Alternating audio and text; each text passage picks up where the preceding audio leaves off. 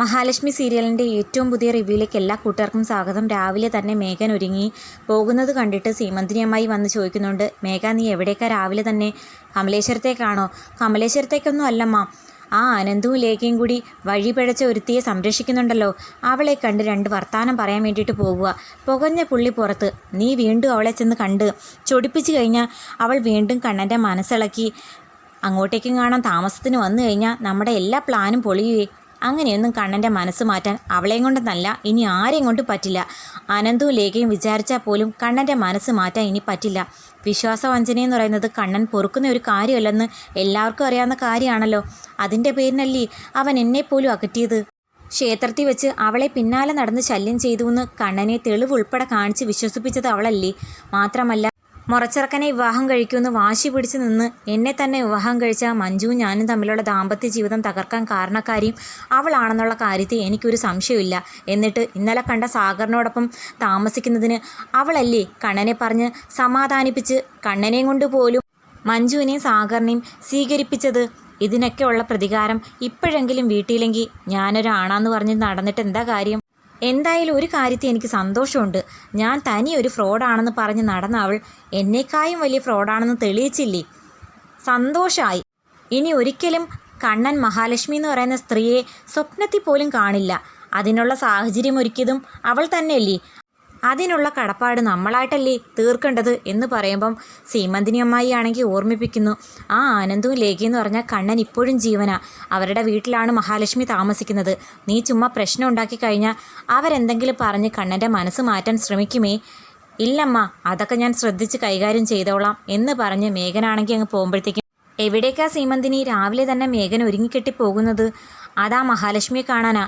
അവനെന്തിനാ ഇപ്പം മഹാലക്ഷ്മിയെ കാണുന്നത്? അല്ല, ക്ഷേത്രത്തിൽ അവളെ കൈ പിടിച്ചെന്നോ ശല്യം ചെയ്തെന്നോ ഒക്കെ പറഞ്ഞ് ഒരുപാട് പുകില അവളായിട്ടുണ്ടാക്കി കണ്ണൻ്റെ മനസ്സിൽ നിന്ന് അവനെ പുറത്താക്കിയിരുന്നല്ലോ. അതിനൊക്കെ ഉള്ള പ്രതികാരം തീർക്കാനാ പോലും. എന്തോന്നോ ആവട്ടെ, എന്തായാലും മഹാലക്ഷ്മി എന്ത് പരാതി പറഞ്ഞാലോ അവളെ വിഷമിപ്പിച്ചാലോ കണ്ണൻ ഇനി ഇടപെടില്ല. അവൻ വിഷമിപ്പിച്ചെന്ന് അറിയുമ്പോൾ സത്യം പറഞ്ഞാൽ ഉള്ളുകൊണ്ട് കണ്ണൻ സന്തോഷിക്കുകയായിരിക്കും ചെയ്യുന്നത്. അനന്തുവിൻ്റെ വീട്ടിൽ ചെന്ന് ബെല്ലടിക്കുമ്പോൾ ഡോറ് തുറക്കുന്നത് അനന്തുവാണ്.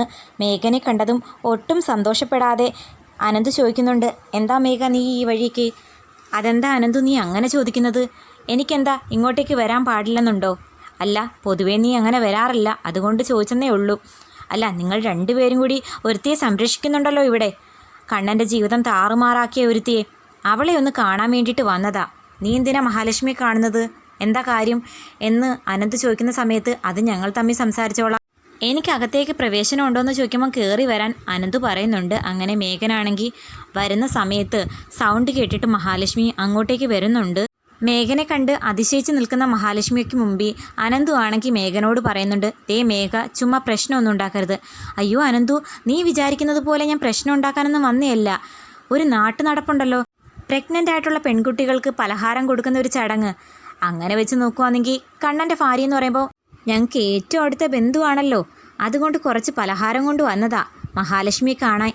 മഹാലക്ഷ്മിയെ മനഃപൂർവ്വം കുത്തിപ്പറയുവാണെന്ന് മനസ്സിലാക്കി അനന്തവും ലേഖയും അതത്ര തീരെ ഇഷ്ടപ്പെടാഞ്ഞ് നിൽക്കുമ്പോൾ മഹാലക്ഷ്മി ആണെങ്കിൽ മേഘനെ തന്നെ തറപ്പിച്ച് നോക്കി നിൽക്കുന്നുണ്ട്.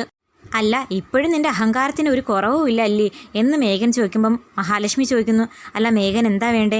എന്താ വേണ്ടതെന്ന് ചോദിച്ചാൽ, ഞങ്ങളെ എല്ലാവരെയും കണ്ണനിൽ നിന്നും അകറ്റിയതിന് ശേഷം കണ്ണൻ്റെ പാതി സ്വത്ത് നീ സ്വന്തമാക്കിയിട്ടുണ്ടായിരുന്നല്ലോ.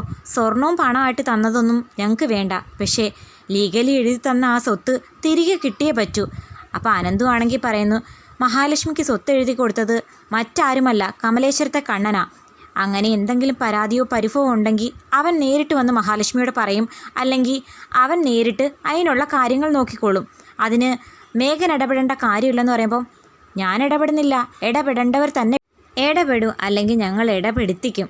അയ്യോ, സംസാരിക്കുന്നതിൻ്റെ കൂട്ടത്തിൽ ആ സന്തോഷ വാർത്ത പറയാൻ വിട്ടുപോയല്ലോ. മഹാലക്ഷ്മിയുടെ സ്ഥാനത്ത് കണ്ണൻ്റെ ഭാര്യയായി ഇനി വരാൻ പോകുന്നത് ആരാണെന്നറിയാമോ? എൻ്റെ സ്വന്തം പെങ്ങൾ സ്വാതി. കണ്ണൻ്റെ സ്വത്തുക്കളെല്ലാം സ്വന്തമാക്കി എന്നുള്ളൊരു അഹങ്കാരത്തിൽ ഞങ്ങളെ എല്ലാവരെയും കണ്ണനിൽ നിന്നും അകറ്റി നീ ഇത്തിരിയല്ല അഹങ്കരിച്ചത്, അതിനെല്ലാം കൂടി ദൈവമായിട്ട് തന്ന കൂലിയാടി ഇത്.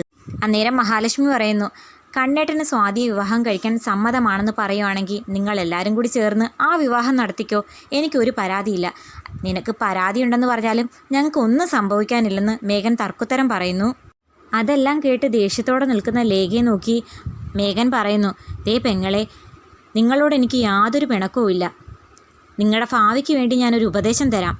ഈ നിൽക്കുന്ന ഇവളെ ഈ വീട്ടിലേക്ക് വിളിച്ചുകൊണ്ട് വന്നത് വലിയ അബദ്ധമായിപ്പോയി. കണ്ണൻ ഒരിക്കലും ഒരു ദാമ്പത്യ ജീവിതം കൊടുക്കാൻ പറ്റില്ലെന്ന് മനസ്സിലാക്കിയ ഇവർ മനഃപൂർവ്വം നിങ്ങളുടെ ഭർത്താവിനെ വേണമെങ്കിലും പാട്ടിലാക്കാൻ ചാൻസ് ഉണ്ട്. 3 ട്രിപ്പ് പോയത് നിങ്ങളെല്ലാവരും ഒരുമിച്ചല്ലേ, അതുകൊണ്ട് ഈ കുഞ്ഞിൻ്റെ അച്ഛൻ നിങ്ങളുടെ ഭർത്താവാവാതെ നോക്കിക്കോ എന്ന് പറയുന്ന സമയം അനന്തു പറയുന്നു, അനാവശ്യം പറഞ്ഞാൽ നിന്നെ അടിച്ച് ശരിയാക്കും.